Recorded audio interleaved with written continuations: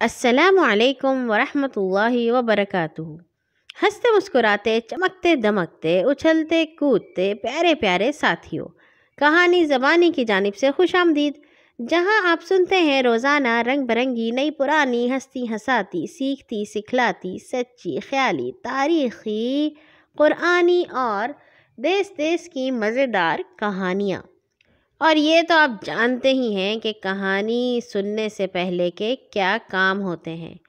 آج ہم آپ کے لیے لائے ہیں ایک پرانی کہانی جس کا عنوان ہے اکو کبوتر، اور اسے آپ کے لیے لکھا ہے ڈاکٹر طاہر مسعود نے۔ پیارے بچوں، تم نے جانوروں اور پرندوں کی بہت سی کہانیاں پڑھی ہوں گی، لیکن ایسی کہانی تم نے پہلے کبھی نہیں پڑھی، اس لیے ہم یہ کہانی تمہیں سنا رہے ہیں۔ یہ کہانی ایک کبوتر کی ہے جس کا نام اکو تھا۔ اکو کبوتر ہمارے مکان کی منڈیر پر رہتا تھا۔ وہ نہ کہیں آتا جاتا تھا، نہ کوئی کام کرتا تھا۔ بہت ہی کاہل اور نکما کبوتر تھا۔ چونکہ وہ کام بھی کوئی نہیں کرتا تو اسے کھانے پینے کو کہاں سے ملتا، اس لیے ہم لوگوں نے منڈیر پر مٹی کا ایک برتن رکھ دیا اور اس میں کچھ دانے دن کے روزانہ ڈال دیا کرتے تھے، تاکہ اکو کبوتر کو جب بھوک لگے تو وہ کھا لیا کرے۔ جو لوگ کاہل اور نکمے ہوتے ہیں انہیں بھوک بھی بہت لگتی ہے۔ چنانچہ اکو کبوتر کو بھی بہت بھوک لگتی تھی، اور وہ ہر تھوڑی دیر بعد برتن میں منہ مارتا اور سارا دانہ دن کا چٹ کر جایا کرتا تھا۔ ایسا بہت دنوں سے ہو رہا تھا۔ ہم لوگ بھی تنگ آ گئے تھے۔ بیکار اور نکموں سے سبھی تنگ آ جاتے ہیں۔ ایک دن میں نے اسے بلایا، وہ پھر سے اڑ کے میرے پاس آ گیا۔ میں نے اس سے کہا، اکو بیٹے، تم ہر وقت منڈیر پہ بیٹھے رہتے ہو، کوئی کام کاج تو کرتے نہیں، یہ بہت بری بات ہے۔ اکو نے یہ سن کر پر پھڑپڑائے اور بولا، انکل، میں کبوتر پرندہ ہوں اور پرندے وغیرہ کوئی کام نہیں کرتے۔ اس کی بات سن کے مجھے ہنسی آ گئی۔ میں نے کہا، ایسا بالکل نہیں، تم نے چیونٹیوں کو دیکھا ہے کس طرح اپنا اناج ذخیرہ کرتی ہیں؟ شہد کی مکھیاں پھولوں سے رس چوستی ہیں اور شہد بناتی ہیں۔ ہرے رنگ کے طوطے امرود کے درختوں پہ بیٹھ کر امرودوں پر ٹھونگے مارتے ہیں اور اپنا پیٹ بھرتے ہیں۔ کوے بھی اپنی غذا خود تلاش کرتے ہیں۔ مرغابیاں دریا اور جھیلوں سے مچھلیوں کا شکار کرتی ہیں۔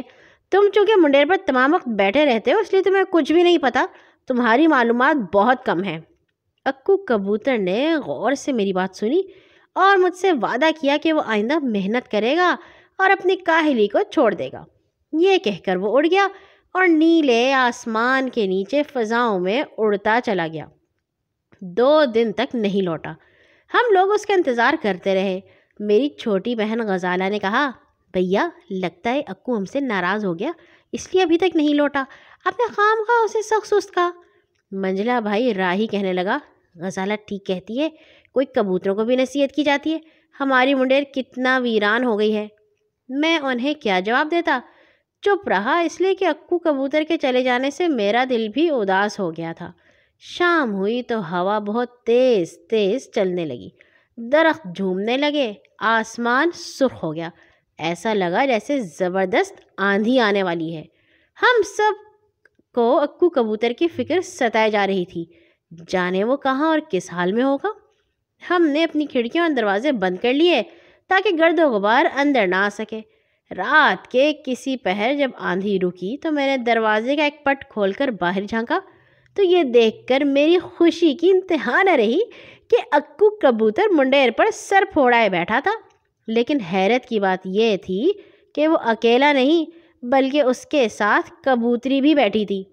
میں نے سوچا کہ اسے بلا کر پوچھوں، یہ کون ہے بھلا، تمہارے ساتھ کیسے آ گئی؟ لیکن رات ہو چکی تھی اور ہر طرف خاموشی اور سناٹا تھا، اس لیے اس وقت پوچھنا مناسب نہ سمجھا اور دروازہ بند کر کے سو گیا۔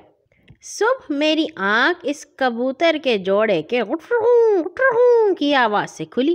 میں باہر نکلا تو کیا دیکھا کہ اکو کبوتر کبوتری سے باتوں میں مصروف تھا۔ میں نے اسے آواز دی تو وہ اڑ کر نیچے اتر آیا اور صوفے کے ہتھے پر آ کر بیٹھ گیا۔ کبوتری منڈیر پر ہی بیٹھی رہی۔ میں نے پوچھا، اکو، تم 2 روز تک غائب تھے اور یہ تمہارے ساتھ کون ہے؟ اس پہ اکو نے اپنے 2 دنوں کی رودات سنائی۔ اس نے بتایا کہ وہ میری نصیحت پر اڑ کے کام کی تلاش میں نکلا تو اڑتے اڑتے ایک ایسی بستی میں جا پہنچا جہاں پھولوں کا ایک بہت بڑا باغ تھا۔ اس باغ میں بچے کھیل رہے تھے، تتلیاں اور بھنورے پھولوں پر اڑ رہے تھے۔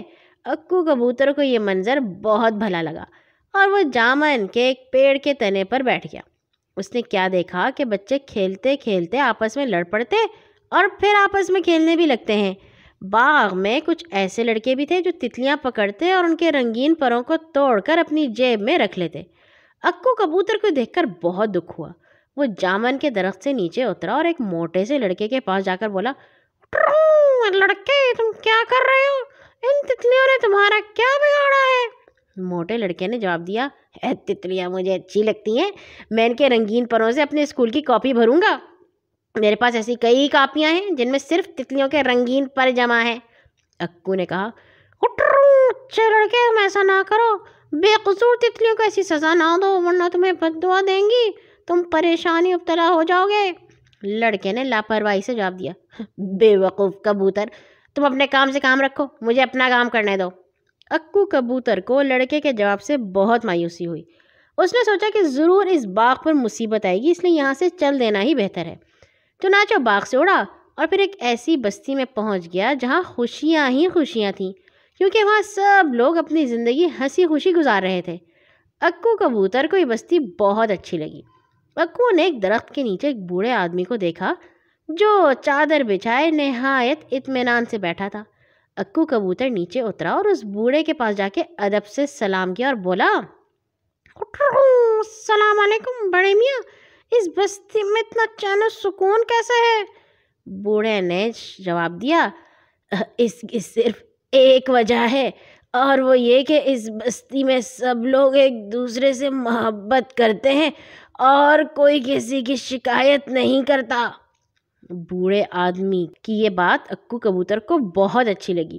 وہ وہاں سے اڑا اور اڑتا ہی گیا اور یوں ایک دن گزر گیا۔ رات اس نے کسی مکان کے خالی روشن دان میں گزاری۔ صبح جب اس کی آنکھ کھلی تو اس نے سامنے روشن دان میں کبوتری کو تنہا پایا۔ ایک سے بھلے دو مسافر، اکو نے سوچا، اور پھر اگلا دن دونوں نے ساتھ ساتھ اڑتے اور آپس میں باتیں کرتے ہوئے گزارا۔ تیسرے دن وہ رات کے وقت اپنے ٹھکانے کو لوٹ آئے۔ پیارے بچوں، اب یہ کبوتر کبوتری کا جوڑا ہمارے منڈیر ہی پر گھر بسائے ہوئے ہے۔ ان کا صرف ایک کام ہے اور یہ ہے کہ وہ صبح سویرے اڑ کر کسی بستی میں جائیں، اس کے حال احوال معلوم کریں اور پھر واپس آ کے ہم بھائی بہنوں کو اس بستی کا سارا ماجرا سنائیں۔ ان کے سنائے ہوئے واقعات بہت ہی دلچسپ اور سبق آموز ہوتے ہیں، ان سے ہم بہت کچھ سیکھتے ہیں۔ اب ہم لوگ اکو کبوتر کے برتن میں بہت شوق سے دانہ دنکا ڈالتے ہیں، کیونکہ اس کے بدلے میں ہمیں بہت مزے کی کہانیاں اور واقعات سننے کو ملتے ہیں۔ اللہ نے چاہا تو آئندہ ہم ان میں سے کچھ دلچسپ کہانیاں آپ کو بھی سنائیں گے۔ آج کے لیے اتنا ہی، کل آئیں گے انشاءاللہ ایک اور نئی کہانی کے ساتھ۔ ہر نماز کے بعد اپنے لیے اور تمام مسلمانوں کے لیے دعا کرنا مت بھولا کیجیے۔ اللہ حافظ۔